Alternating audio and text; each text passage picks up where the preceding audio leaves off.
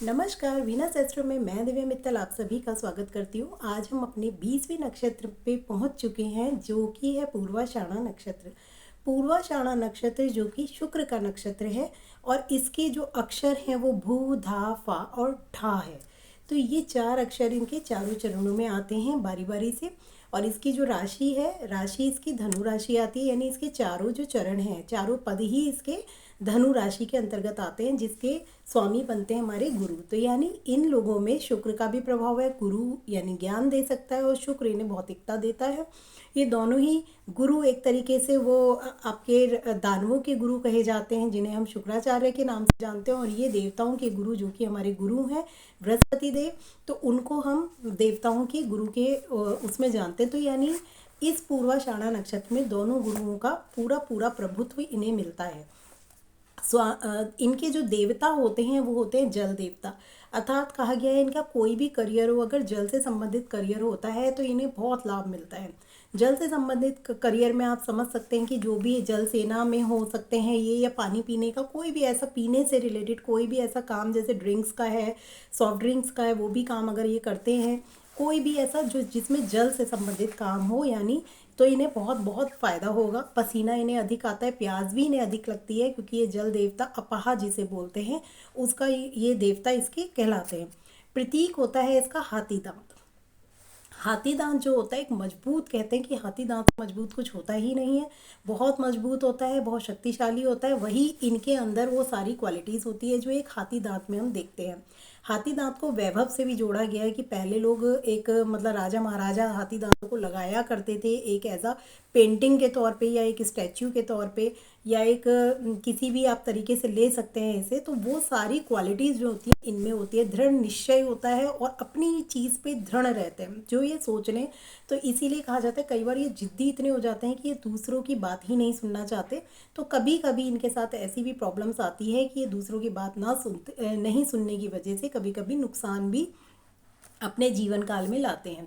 दूसरा जो इसका चिन्ह बनता है वो बनता है आपका हाथ का पंखा, जो कि पहले के ज़माने में राजा महाराजा उन हाथ का पंखा झिला जाता था और ये वैभव से जोड़ा जाता था। तो वैसे भी ये शुक्र का नक्षत्र है, तो इनको वैभव तो मिलता ही मिलता है और इनके जीवन में वैभव बहुत होता है। और हर चीज़ में ना ये शानो शौकत से जोड़ते हैं। कोई भी चीज़ ऐसे अगर ये कुछ भी पहन रहे हैं तो इनको हर चीज़ बहुत अच्छी ब्रांडेड पहनने का मन करता है कि मैं कुछ भी पहनूं, या कोई भी एक छोटी सी चीज़ भी होगी। ब्रांड से मतलब ये नहीं कि ब्रांडेड, मतलब जो भी ये लेंगे ना, जो भी ये कैरी करेंगे, बहुत अच्छे से अच्छा करने की कोशिश करेंगे। हाथ का सूप जो होता है उसका एक और नेचर होता है। ये जो पंखा होता है और इसमें एक हाथ का सूप भी इसका प्रतीक है, जिसका नेचर होता है फिल्ट्रेशन। जब भी हम सूप से कोई भी चीज़ अलग अलग करना चाहते हैं, छिलके अलग और दाल अलग, या कोई भी चीज़ हम कर रहे हैं, इसका एक मतलब होता है कि यानी बुराई, मतलब जितनी भी बुराइयां हैं उनमें से आप अच्छाइयों को छांट रहे हैं, और जो अच्छाई हैं उनमें से बुराई, यानी अच्छाई और बुराई को अलग अलग करने की इनके अंदर क्षमता होती है। साथ ही ये ऐसी चीज़ों को कि सही क्या है गलत क्या है, उसमें ये जान सकते हैं कि चीज़ें कौन सी इनके लिए सही हैं कौन सी गलत है। डायरेक्शन सही पकड़ेंगे, कोशिश ये अपनी तरफ से करते हैं कि डायरेक्शंस को सही और गलत का इनको फ़र्क पता होता है, क्योंकि फिल्ट्रेशन इनको अपने प्रतीक की वजह से आता है। साथ ही साथ इसमें हम देखते हैं करियर, मैं ऑलरेडी बता चुकी हूँ, जल के माध्यम से धन ये कमाते हैं। और स्वभाव इनका बहुत कॉन्फिडेंस इनके अंदर होता है। कॉन्फिडेंस होगा, गुरु का नक्षत्र, दो गुरु का पावर इनके ऊपर है, तो कॉन्फिडेंस बहुत अधिक होता है। तेज दिमाग वाले होते हैं। स्वतंत्रता और स्वच्छंद, या जो भी डिसीजंस लेते हैं ना वो खुद लेना चाहते हैं। ये मैंने बोला ना, ये दूसरों की नहीं सुनते, कोई भी डिसीजन लेंगे तो वो खुद लेना चाहेंगे। तो दृढ़ इच्छा शक्ति इनके अंदर होती है। एक इन्हें खुश रहना बहुत पसंद होता है। ये चाहते हैं कि जैसा, क्योंकि खुश वही रहेगा ना जो अपने मन की करता है, तो ये अपने मन की करेंगे तो नेचुरल है, खुश रहेंगे ही रहेंगे। जब हम दूसरों के मन की करना शुरू करते हैं तब हमें लगता है कि हमारी आज़ादी छिन रही है और हमें दूसरों के फोकस में आके काम करना पड़ रहा है, या दूसरों के सानिध्य में आके काम करना पड़ रहा है, तो ये उसमें खुश नहीं रहते। ये अपने मन की करने के बाद ही इन्हें खुश रहते हैं। हाँ, मित्रता बहुत मजबूत बनाते हैं। साथ ही साथ कला व सौंदर्य प्रेमी तो होते ही होते हैं। अवगुण इनके बस यही होते हैं कि मानसिक आक्रामकता कभी कभी इनके अंदर आ जाती है, जिद्दी स्वभाव की वजह से, और दूसरों की सलाह ये नहीं मानते। इनका जो वृक्ष होता है वो होता है अशोक का वृक्ष। अशोक का वृक्ष वैसे भी पता ही है आपका, अशोक वाटिका आपने सुनी है। तो ये एक बहुत ही पवित्र वृक्ष कहा गया है। कहते हैं कि अगर ये लोग जिनका पूर्वाषाढ़ा नक्षत्र है, तो अगर ये लोग अशोक का वृक्ष लगाएं और उसकी प्रॉपर सेवा करें तो बहुत इनको बहुत अधिक जीवन में सफलता मिलती है, व्यवसाय में वृद्धि होती है। और भी अशोक के वृक्ष नॉर्मली अगर आप लगाना चाहते हैं तो उससे बहुत बहुत अच्छी चीज़ें मतलब हो सकती हैं। बुध और शुक्र और साथ ही साथ आपके मंगल ग्रह जैसे अगर कुंडली में अच्छे प्रभाव नहीं दे रहे हैं, अच्छे फल नहीं दे रहे, तो तीनों ग्रहों की एक वृक्ष लगाने से या उसको प्रॉपर जल देने से, उसकी जड़ों को सींचने से आपको लाभ ये ग्रह दे सकते हैं और इनका जो भी दोष है वो दूर हो सकता है, मंगल, शुक्र और बुध का। इनके जो पशु बनते हैं, पशु एक यूनि होती है, हर एक नक्षत्र के अलग अलग इनके बनते हैं नर बंदर, यानी नर बंदर जो है मेल मंकी, तो वो इनके अंदर होती है। तो चंचलता होती है, जैसे एक बंदर को अगर देखें तो वो नकल करता है, हर चीज़ की नकल करता है और अपने आप वो चीज़ें वो करना चाहता है। तो वही सारी चीज़ें इनके अंदर होती हैं जो एक आप बंदर के अंदर जो एक क्वालिटी देखते हैं, जो भी क्वालिटी डिसक्वालिटी जो भी आप समझते हैं वो सारी चीज़ें इनके अंदर होती हैं। यानी ये किसी भी विपरीत परिस्थितियों में भी अपने आप को ढाल लेते हैं। जैसा बंदर का होता है ना, जैसा माहौल मिला वैसे वह अपने आप को ढाल लेता है। पूरी गैदरिंग में भी चलते हैं बंदर, पूरा पूरा उनका वो रहता है, सीखने के, हर चीज़ को सीखने के इच्छुक होते हैं। अब नकल वही करेगा जिसका सीखने का मन है कोई चीज़। आप हर चीज़ कहते हैं नकल के लिए भी अकल चाहिए, कोई भी इंसान ऐसे नकल किसी की नहीं कर सकता। अब बहुत सारी ऐसी स्टोरीज हैं जो हमने सुनी है कि बंदर किस तरीके से उसकी नकल करके वो उसने मतलब वो चीज़ें की, तो आप देख रहे हैं और उसके बाद उसको अपने अप्लाई कर रहे हैं। और मैं कहती हूँ कि अगर अच्छी चीज़ों की हम नकल भी करते हैं तो उसमें वो नकल नकल नहीं कहलाती, बल्कि आपके जीवन को वो सुधार सकती है। हाँ, ख़राब चीज़ों को अवॉइड कीजिए और जो दूसरे में अच्छा है, जो चीज़ें आप देख रहे हैं कि ये अच्छाई है इसमें, तो उसको ग्रहण करना भी एक, हम कह देते हैं कि नकल कर रहा है, लेकिन वो नकल आपके लिए बहुत अच्छी बात है, आप करिए। अगर दूसरों की जो भी अच्छी क्वालिटीज़ आप देखते हैं तो उसको ग्रहण करने में कोई गलत बात नहीं है। तो ये तो एक तरीके से बहुत प्लस पॉइंट है कि ये लोग दूसरों से सीखते हैं, दूसरों को देखकर सीखते हैं। वफादार तो होते ही हैं लेकिन थोड़े से चालाक भी होते हैं।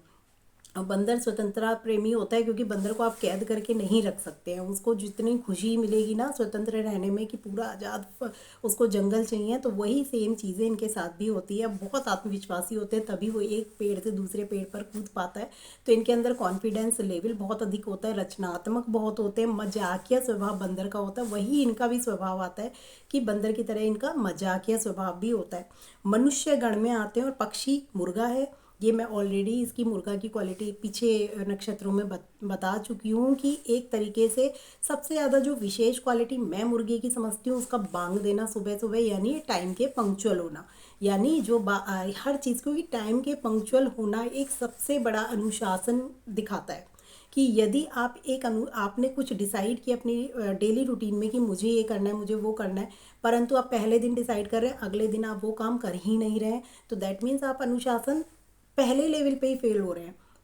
लेकिन अगर इंसान सोच ले कि मुझे इतने बजे उठना है, फिर मुझे ये करना है, और वो उसको अप्लाई अपना कर रहा है रोज, तो दैट मीन्स आप अनुशासन के धीरे धीरे चरण को पा रहे हैं। या आपने कोई भी ऐसे मन में चीज़, इच्छा सोच लिया कि मुझे ये करना ही है, तो दैट मीन्स आप एक दृढ़ निश्चयी है। यानी जो आप सोचते हैं वो आप करते हैं। वरना बहुत से लोग सिर्फ कहते कुछ है और करते कुछ है। तो वो सारी चीज़ें अगर इस नक्षत्र के लोग कर रहे हैं, ऐसा हो रहा है उनके साथ, तो उसको अवॉइड कीजिए। आपके अंदर वो कैपेबिलिटी है कि आप जो सोचें उसको कर ले जाए, ये बहुत अच्छी कैपेबिलिटी। अब इनके प्रथम चरण सिंह नवमांश में आता है, जिसमें सूर्य का इनको प्रभुत्व मिलता है। तो गुरु, शुक्र और सूर्य का इन्हें प्रभाव मिल गया, जिससे ये तेजस्वी और श्रेष्ठ बनते हैं। दूसरा नक्षचरण जो आता है वो कन्या राशि में आता है, कन्या नवमांश में आता है। तो कन्या नवमांश में आने से बहुत ज़्यादा ये सेवक होते हैं, अच्छे सेवक होते हैं, दूसरों की हेल्प करते हैं, पराक्रमी भी होते हैं, बुद्धिमान भी होते हैं, क्योंकि यहाँ पे बुध बनता है। तो यहाँ पे इनको शुक्र, बुध और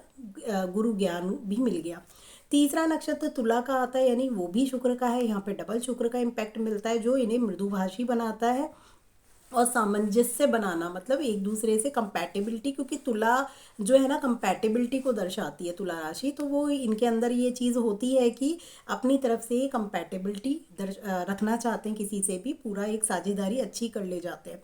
चतुर्थ जो इसका पद है वो वृश्चिक नवांश में आता है, जो कि आपका मंगल से डिनोट करता है और इनको ये साहसी बनाता है। साहसी तो वैसे भी होते ही हैं बंदर के वजह से, और भी बहुत सारे इनके जो प्रतीक हैं वो भी बहुत ही ज़्यादा प्यारे हैं। और पंखा लगातार झिलने की लगता है ना कि वो लगातार आपको हवा दे रहा है, यानी पंखे का एक और क्वालिटी आप देखिए कि वो शांत चाहता है, शांति चाहता है, यानी आपको शीतलता देना चाहता है। जब आप हवा झेलते हैं किस लिए कि जिससे आपको शीतलता मिले। तो इस नक्षत्र के लोग बड़े ही मतलब एक तरीके से बहुत गुस्से वाले नहीं इन्हें कहेंगे, जिद्दी हैं भले लेकिन गुस्सा नहीं इन्हें आएगा, क्योंकि ऐसा बहुत को इनके ऊपर प्रभाव ऐसे ग्रहों का नहीं पड़ा। बड़ा सौम्य प्रभाव इनके ऊपर शुक्र और गुरु जैसे ग्रहों का पड़ रहा है, दोनों ही सौम्य ग्रह कहलाते हैं। तो ये बड़े ही शीतलता प्रेमी होते हैं, यानी इनको क्रोध करना या किसी से झगड़ना वो सब इनको अच्छा नहीं लगता। बस इनको स्वतंत्र रहना जरूर पसंद है और अपनी इच्छाओं से आगे बढ़ना। तो इसी के साथ हमारा